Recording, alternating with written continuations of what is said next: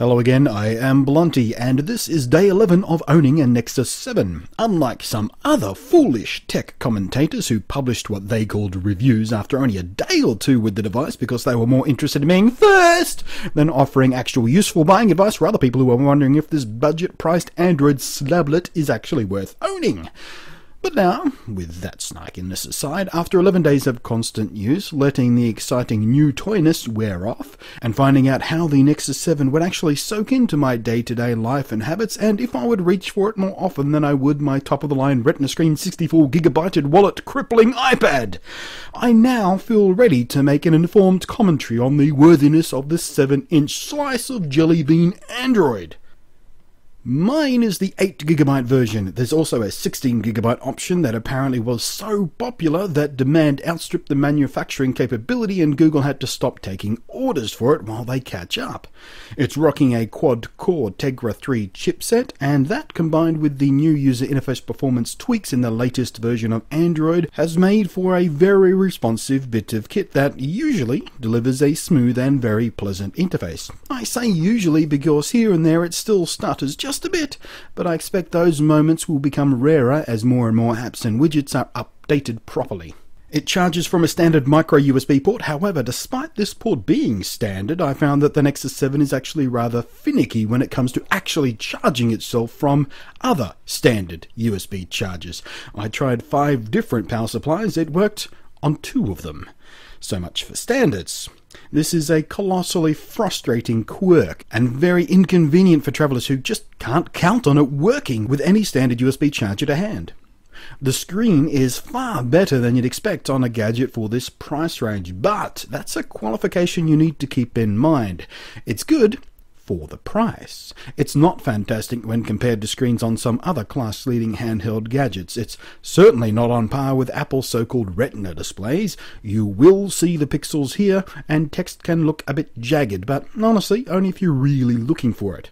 The color gamut is a bit limited, so photos and videos don't look quite as rich and poppy as they could be. It's also not very bright by today's standards, so using it in sunlight can be a bit tricky at times. Indoors, though, it performs nicely, and let's face it, without 3G, the usefulness of the tablet out where the sun shines is somewhat limited anyway. But on the whole, the screen is absolutely fine, perfectly serviceable and quite readable. The speaker, it's mono only, it pumps out a respectable volume for most uses, but overall it doesn't pump out a particularly impressive audio experience. But again, much like the screen, it hits a level that counts as good enough, so most people won't really notice. It's a clean enough sound and rarely distorts even at max volume, even if max volume really isn't a room-filling concept here. Through headphones it's also fine. Good volume available and acceptable tonal quality, though at the top end of the volume scale it does clip and distort a bit. Audiophiles will not be impressed, and the truly anal amongst them will probably hate it. But once again, it's sitting smack bang in the good enough territory and most people won't be bothered by it. The singular front-facing camera is another victim of building to a budget. It's a bit shit, to be honest, so shit that Google don't even want you really using it at will. The Nexus doesn't even ship with a pre-installed camera app. It's really just there for video chats, Google Plus video hangouts, Skype calls and the like, and for that purpose, the camera and onboard microphone are, say it with me now, good enough. But I have to say, it is a pity that Google, the company that owns YouTube, the biggest video sharing site on the planet, didn't think a camera worth using for recording videos on was a thing they needed to think about. Why put a camera on there at all if you're going to be so half-assed about the whole thing? The battery life was very good, living up quite reliably to the 8 to 9-ish hours of average use per charge that Google claims it'll get. And even better, if you do run low on juice, the recharge is nice and quick, especially for top-ups, and even from dead flat it'll hit 100% in about 4 hours. As with anything built to a price, build quality can suffer, and while my particular unit is faultless in that regard, you don't have to look for very long before you find forums filled with people talking about half a dozen different common issues that early adopters are hitting. Mostly around the screen physically lifting away from the body and other display quality issues like badly bleeding backlights and columns of stuck pixels.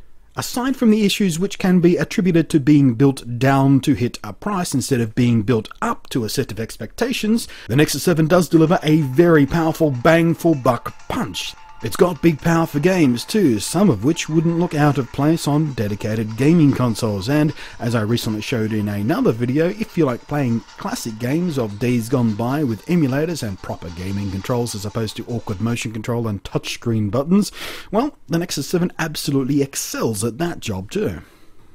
But keep in mind, with only 8 and 16GB options available and no slot of any kind for expandable system memory, and with some of the more impressive games available for Android eating up a gigabyte or more of your limited storage resources, if you are a gamer and you own this device, you're likely to hit the walls here and have to be very brutal about deleting things to make room for the newest, shiniest games when they come out. If you like to tweak your device, the Nexus 7 is a good choice too. It's blisteringly easy to root and unlock the bootloader, and of course, it's an unfettered Android experience, direct from Google, so when there's a system update or patches, you'll get them faster than easy than the likes of people out there with their Samsung iPad clones. Now then, to this point I've been a bit critical, haven't I? I haven't breathlessly gushed about this device as excitedly as some other gun-jumping tech bloggers have been doing. It may seem like I'm a bit down on the device, and I'm sure by now there's a bunch of knee-jerk angry Fandroid apologists claiming that I'm an Apple fanboy or screaming about the price versus expectations and the like. But here's the thing. I'm just trying to be fair and honest. I'm trying to give you the absolute brutal truth of this device, and those of you who aren't the early adopter types really need to make a decision based on facts rather than gushing hyperbole from people who have barely opened the box before orgasming with praise and critique. And the fact is, I love the Nexus 7.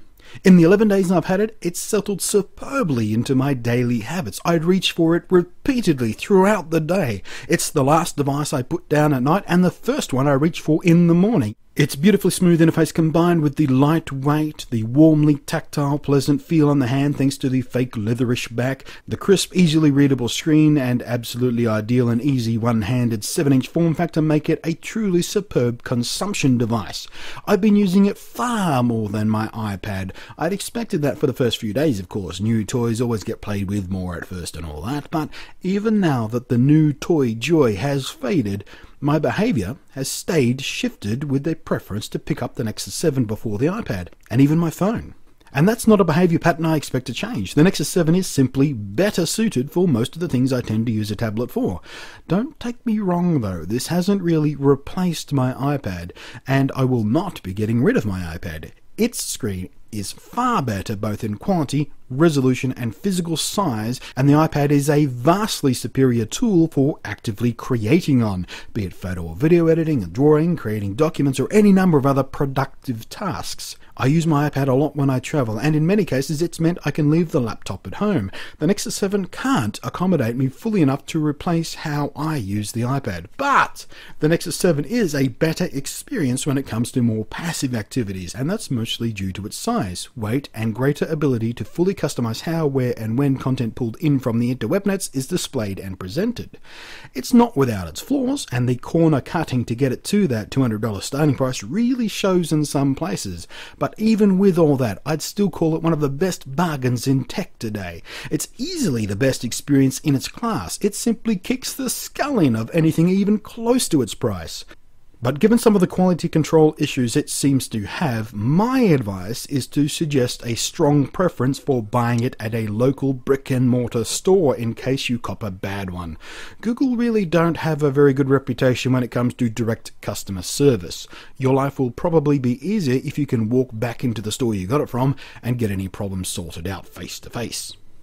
So there you go, that's my perspective on the Google Nexus 7. It's very, very good. Thanks for watching, I am Blunty, and I'll catch you next time.